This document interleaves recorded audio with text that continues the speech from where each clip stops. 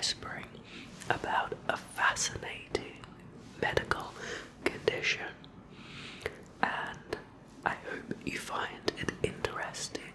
Medical conditions are useful topics to learn about, as of course they teach you much about the body and cognition and how the human mind works, and also a greater understanding of a condition or disorder will help you be more empathetic to individuals who are dealing with said thing. So I hope you enjoy. We're learning about face blindness. There are quite a few famous individuals who experience face blindness, and psychologically and cognitively it is quite an interesting topic. Now you may hear it raining outside on and off during the video. I hope if you hear anything, it only contributes to the calming atmosphere of the video. And before we begin, I'd like to remind you that you can watch all of my ASMR uploads on Patreon. If you'd like to support me that way and watch without the YouTube advertisement. Only if you're financially able, of course. Without any further ado, let's get into the video. I hope that you feel comfortable and calm. Now, prosopagnosia is the name of the condition. Prosopagnosia, also known as face blindness, is a cognitive disorder of face perception, in which the ability to recognize familiar faces, including one's own face, known as self-recognition, is impaired, while other aspects of visual processing, for example object discrimination, and intellectual functioning such as decision making, remain intact. The term originally referred to a condition following acute brain damage, acquired prosopagnosia, but a congenital or developmental form of the disorder also exists, with a prevalence of 2 to 2.5%. A common misconception is that prosopagnostics see faces, contours, and details as blurry or distorted. I wonder where that comes from. It sounds like the sort of thing that would be in a movie of some sort. It's not a misconception that I've come across, but I can imagine that being a misconception that could form. The condition is not characterized by warped visuals. Seeing distorted faces is a common symptom of prosopometamorphopsia. It's a bit of a mouthful, that name. Not prosopagnosia. Now, etymology, actually, I'm interested to see where it comes from. Prosopagnosia is a medical Latin term adopted in 1948 into English from the German prosopagnosi. It is also derived from the Greek prosopon, meaning face, and agnosia, meaning ignorance. And now we move to physiology. Should prove interesting.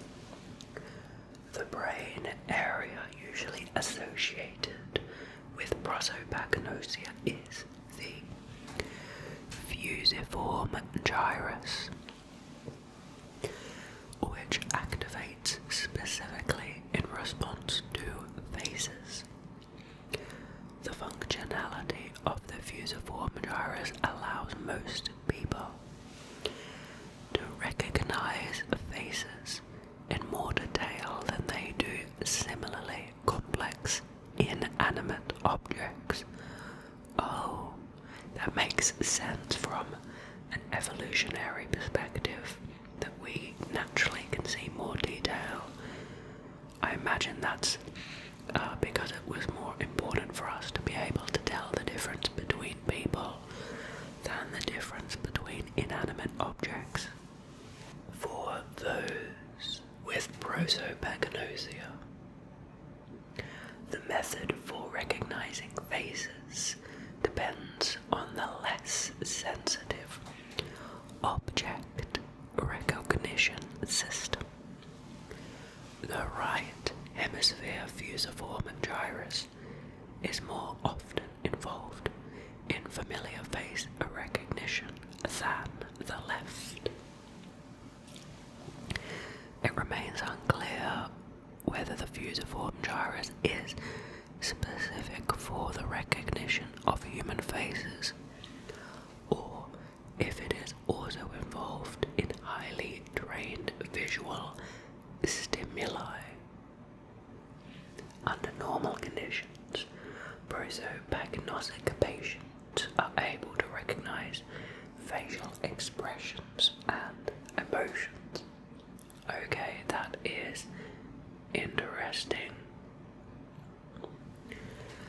Acquired prosopagnosia result from occipital temporal lobe damage and is most often found in adults.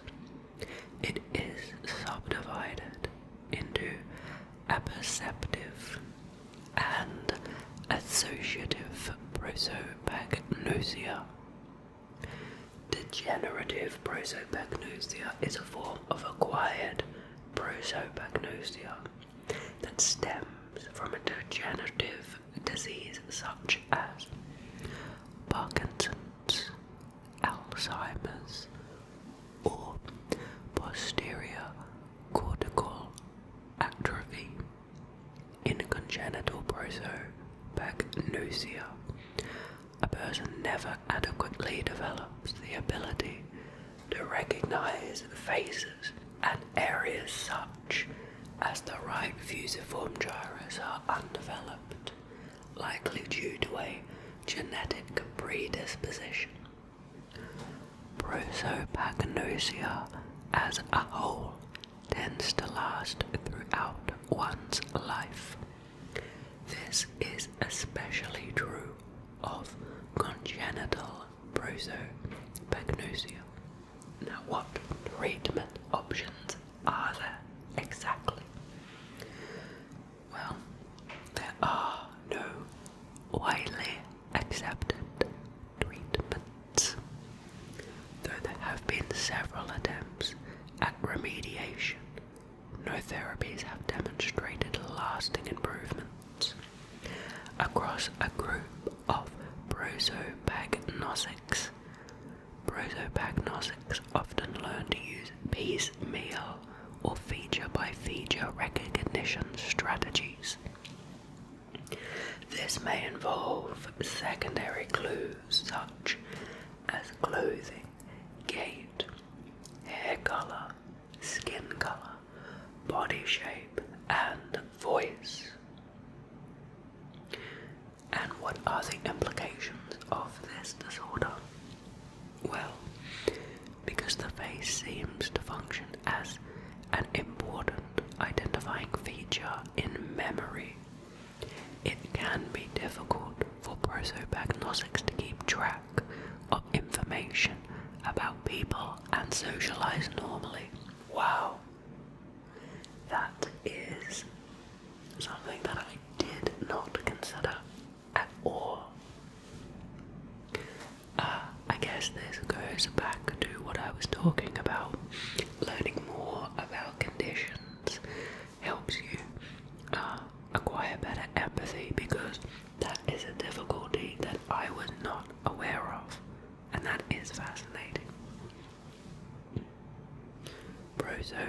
Prosopagnosia has also been associated with other disorders associated with nearby brain areas.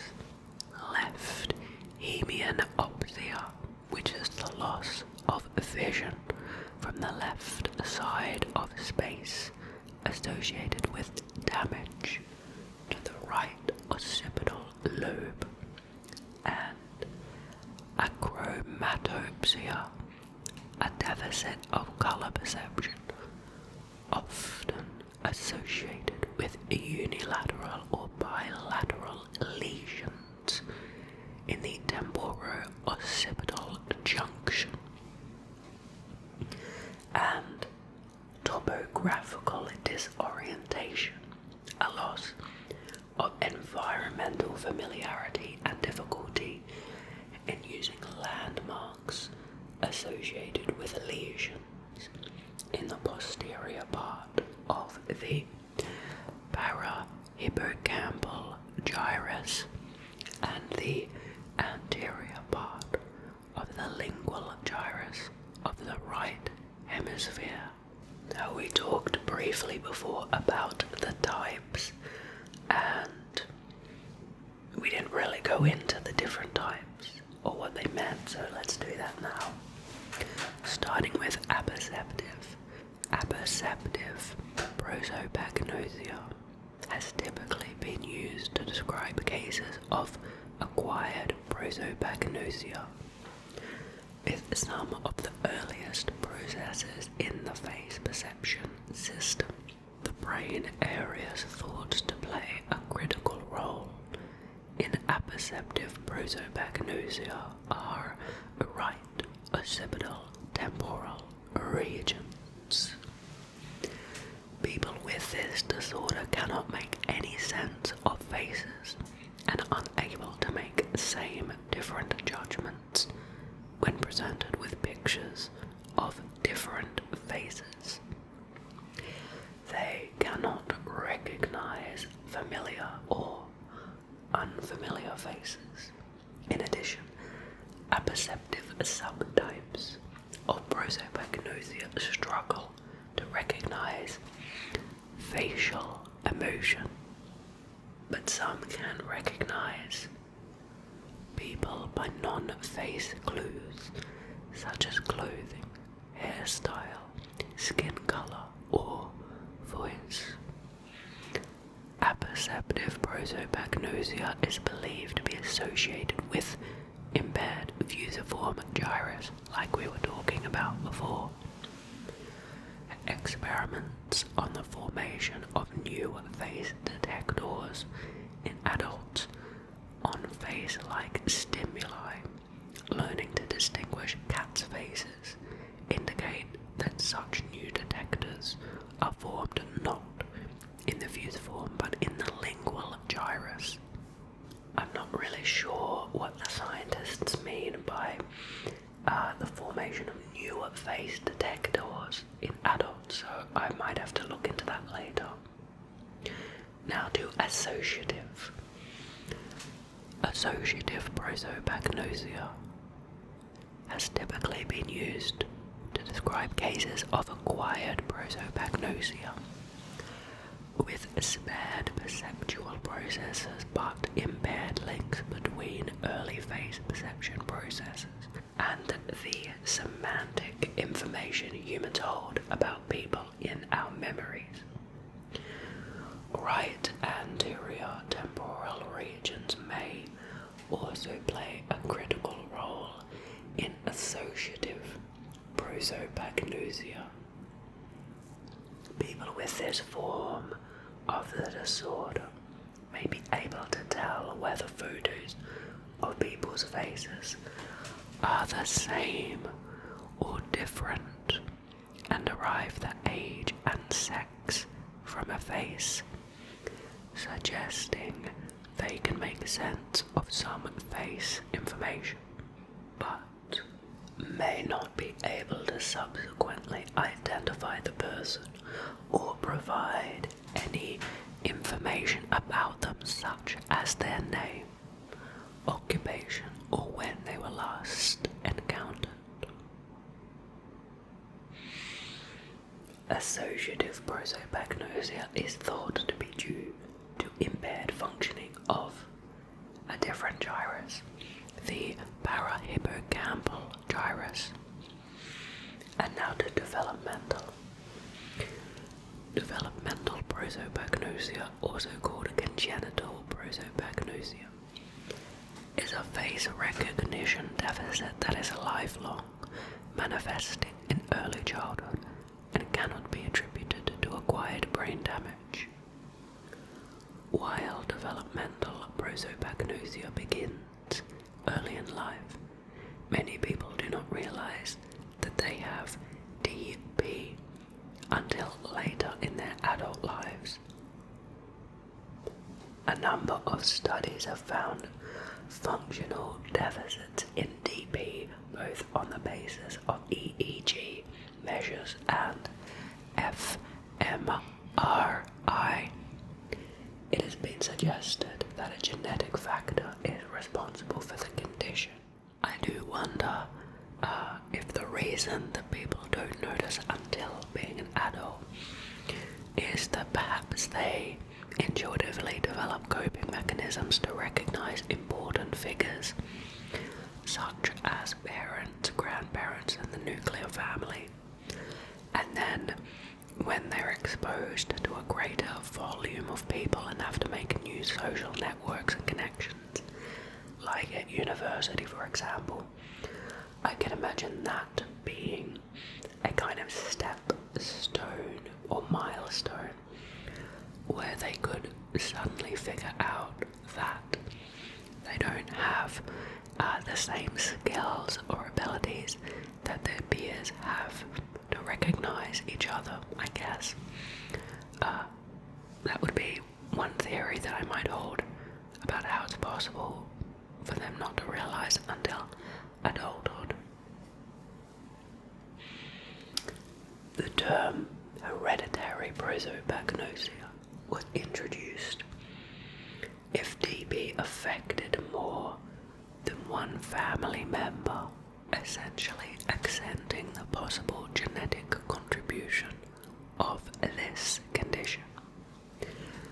To examine this possible genetic factor, 689 randomly selected students were administered a survey in which 17 developmental prosopagnostics were quantifiably identified. Family members of 14 of the DP individuals were interviewed to determine prosopagnosia-like characteristics, and in all 14 families, at least one other affected family member was found. Individuals with congenital prosopagnosia have no mental images of faces, including of close relatives, but they may be able to recognize emotions. Under optimal conditions, recognition of facial expressions and emotions is normally preserved, though under more challenging conditions, it may exhibit subtle deficits. In 2005, a study led by Ingo Kenner-Knecht showed support for the proposed congenital disorder form of prosopagnosia. This study provides epidemiological evidence that congenital prosopagnosia is a frequently occurring cognitive disorder that often runs in families. The analysis of pedigree trees formed within the study also indicates that the segregation pattern of hereditary prosopagnosia, HPA, is fully compatible with autosomal dominant inheritance. This mode of inheritance explains why HPA is so common among certain families. And now we're going to be talking about the causes. I know we touched on them briefly when we were talking about the different types of prosopagnosia, but it should be interesting to go a little bit more in detail.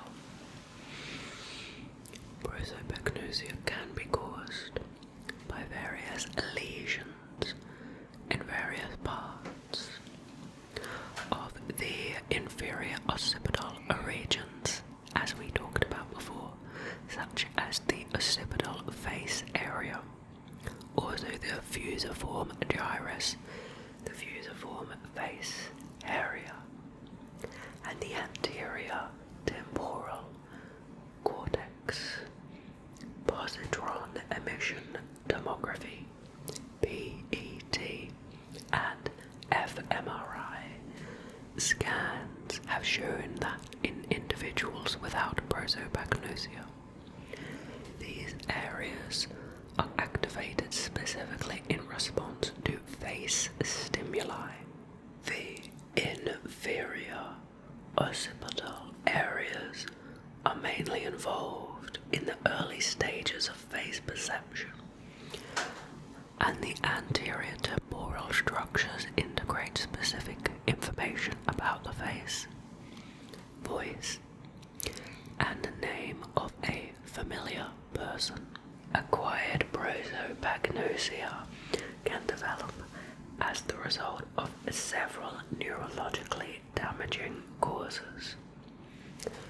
Vascular causes of prosopagnosia include posterior cerebral artery infarcts, PCAIs, and hemorrhages in the inferomedial part of the temporo-occipital area.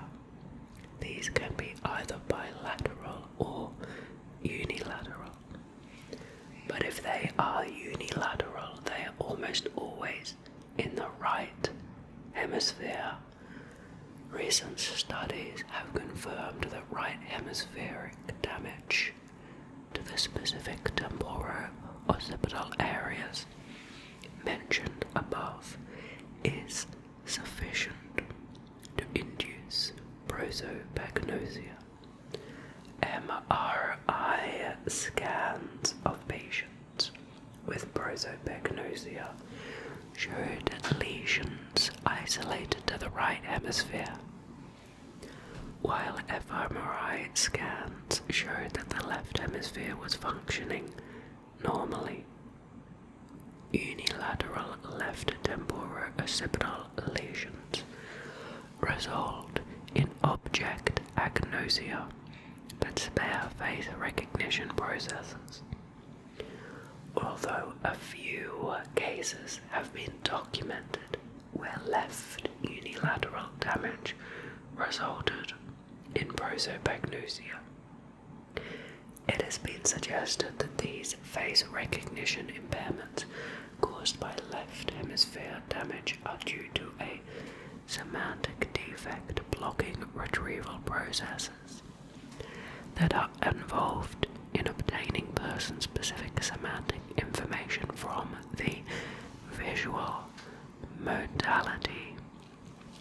And there are some other less common causes which can include carbon monoxide poisoning, temporal lobe ectomies, encephalitis, neoplasm, right temporal lobe atrophy, injury, Parkinson's disease, and Alzheimer's disease. And now to diagnosis. A few neuropsychological assessments can definitively diagnose prosopagnosia.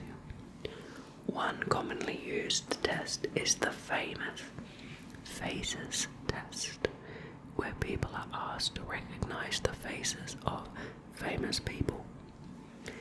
This test is difficult to standardize.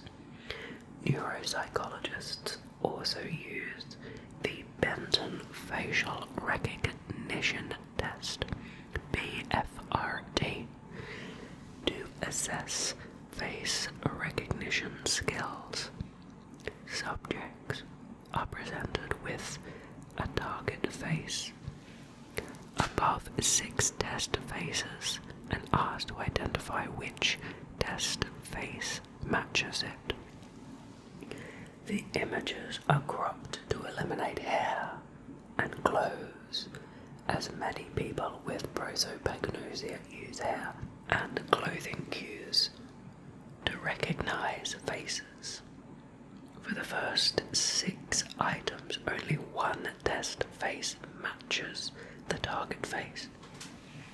During the next 7, 3 of the test faces match, but the poses are different. The BFRT's reliability was questioned when a study by Duquesne and Nakayama found that the average score for the 11 self-reported prosopagnosics was within the normal range. One reason for this may be the way the test is designed. People with developmental prosopagnosia often use piecemeal strategies, which this test encourages by providing the target face to compare with possible matching faces.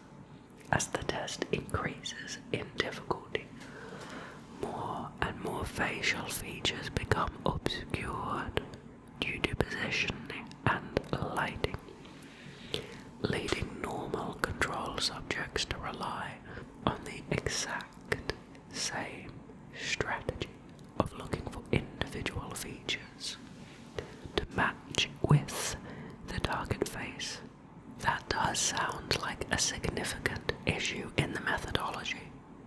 The test may be useful for identifying patients with apperceptive prosopagnosia, since this is mainly a matching test and they are unable to recognize both familiar and unfamiliar faces. They would be unable to pass the test. It would not be useful in diagnosing patients with associative prosopagnosia, since they are able to match faces. And now it's time to learn a little bit more about the history of the condition. Selective inabilities to recognize faces were documented as early as the 19th century and included case studies by Hewlings, Jackson and Jean-Martin Charcot. The condition was not named until the term prosopagnosia was used in 1947 by Joachim Bodemer, a German neurologist. He described 3 cases, including a 24-year-old man who sustained a bullet wound to the head and lost his ability to recognize his friends, family, and even his own face. He was able to recognize and identify them through other sensory modalities, such as auditory, tactile, and even other visual stimuli patterns, such as gait and other physical mannerisms. Bodemer gave his paper the title Prosopagnosia, derived from the classical Greek. In 1996, Bill Josier began popularizing the term face blindness for the condition. The earliest known use of the term is an 1899 medical paper. A case of prosopagnosia is Dr. B in Oliver Sacks' 1985 book, The Man Who Mistook His Wife for a Hat, though this is more properly considered more general visual agnosia. Although Dr. P could not recognize his wife by her face, he did recognize her voice. His recognition of pictures of his family and friends appeared to be based on highly specific features, such as his brother's square jaw and big teeth. Sachs himself had prosopagnosia, but did not know it for much of his life. The study of prosopagnosia has been crucial in the development of theories of face perception, because prosopagnosia is not a unitary disorder, i.e. different people may show different types and levels of impairment. It has been argued that face perception involves a number of stages, each of which can cause qualitative differences in impairment that different persons with prosopagnosia may exhibit. This sort of evidence has been crucial in supporting the theory that the brain has a specific face perception system.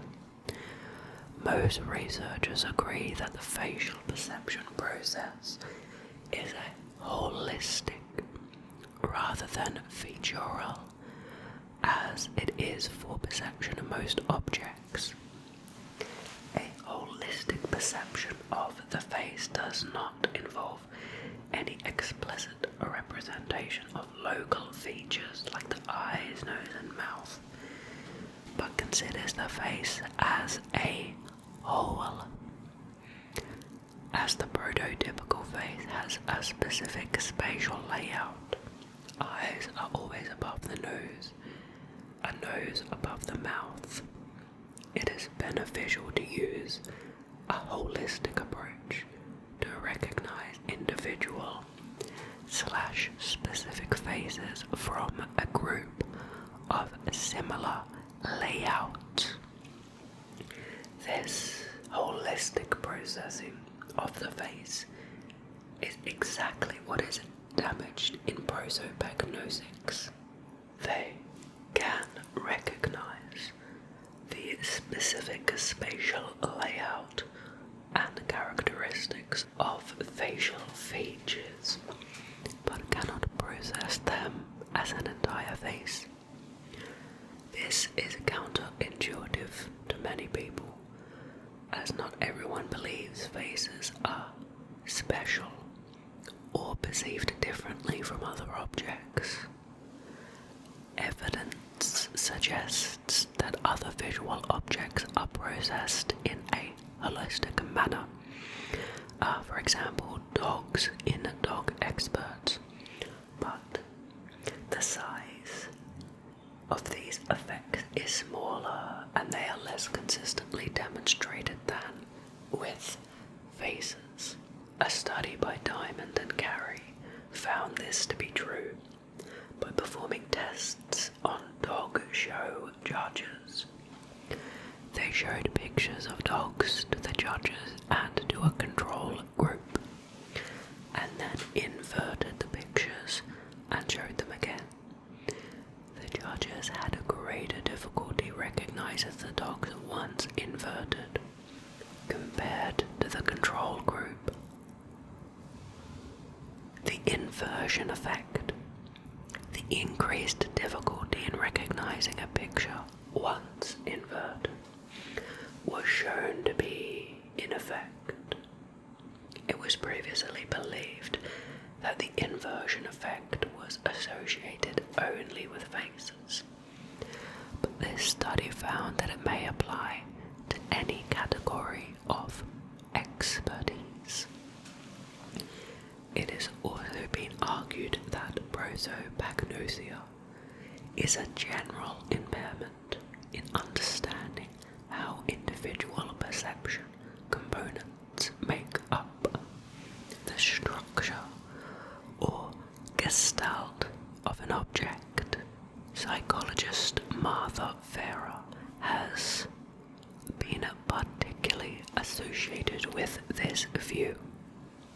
And now, prosopagnosia in children. How does it affect children in comparison? Developmental prosopagnosia can be a difficult thing for a child to both understand and cope with. Many adults with developmental prosopagnosia report that for a long time they had no idea that they had a deficit in face processing, unaware that others could distinguish people solely on facial differences. Individuals with congenital prosopagnosia have no mental images of faces, even though they may be able to normally distinguish emotions. Prosopagnosia in children may be overlooked. They may just appear to be very shy or slightly odd due to their inability to recognize faces. They may also have a hard time making friends, as they may not recognize their classmates. They often make friends with children who have very clear, distinguishing features. Children with prosopagnosia can have a particularly difficult time at school, as many school professionals are not well versed in prosopagnosia, if they are aware of the condition at all. Recently, a database of children's faces and a test for child face perception has been developed, which may offer professionals a way to evaluate if a child has prosopagnosia. Children with prosopagnosia may also have difficulties following the plots of television shows and movies, as they have trouble recognizing the different characters.